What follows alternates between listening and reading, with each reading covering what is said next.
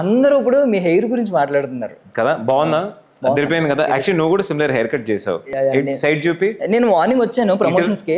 ఇటువైపు చూస్తే హార్దిక్ పాండ్యా, అటువైపు చూస్తే విరాట్ కోహ్లీ, అలా ఉన్నావు. నాలో అయితే లేదండి. బట్ మార్నింగ్ వచ్చాను నార్మల్గా ప్రమోషన్స్ అప్పుడు హెయిర్ ఎక్కువ ఉందన్నమాట.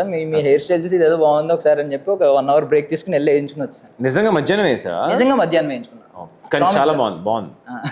బట్ ఇది యాక్చువల్లీ ఇంకొక సినిమాకి నాకు వాళ్ళు 2 options ఇచ్చారు.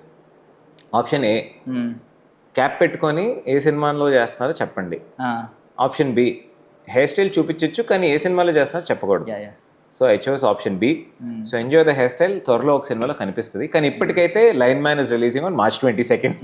యాక్చువల్లీ నాకు తెలుసు ఆ పేరేంటో బయట ఆల్రెడీ మాట్లాడేసుకున్నాం. ఏంటి? మీరు ఇప్పుడు ఏం సినిమాలో చేస్తున్నారు? అవునా, చెప్పమంటారా? నో, ఫోకస్ చేసి మరీ చెప్తాను. ఫిల్మీ ఫోకస్ లో తాజాగా వచ్చింది అని తర్వాత బ్రేక్ చేయకూడదు స్వామి, నా ఉద్యోగం పోద్ది అక్కడ. ఓకే, ఒక మంచి మనిషితో యాక్ట్ చేస్తున్నారని తెలిసింది. ఒక బ్యూటిఫుల్ హ్యూమన్ బీయింగ్ తో యాక్ట్ చేస్తున్నాను. ఆయన పేరు విజయ్ సేతుపతి. అక్కడ వరకు చాలు.